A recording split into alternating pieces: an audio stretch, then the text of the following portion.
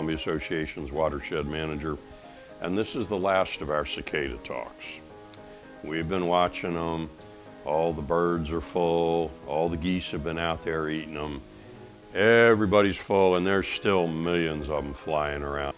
So we thought we would contribute to reducing their numbers.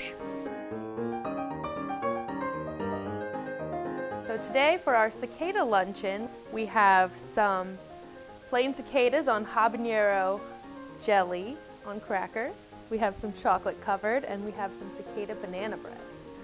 In anticipation for this event, I went cicada hunting.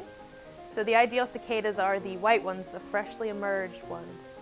However, I had trouble finding those, so we're eating the good, crunchy, hard black ones today. And you can find the banana bread recipe, the chocolate-covered recipe, and more in a University of Maryland Cicadalicious cookbook.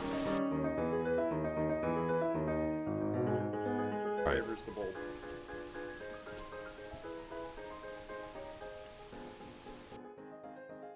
The wings are chewy. It's like dry raisins. Taste like chicken. Yeah, kind of. I would say it tastes like nuts a little bit. Yeah, walnuts. So the only thing about eating cicadas, if you have a seafood allergy, you should not do that.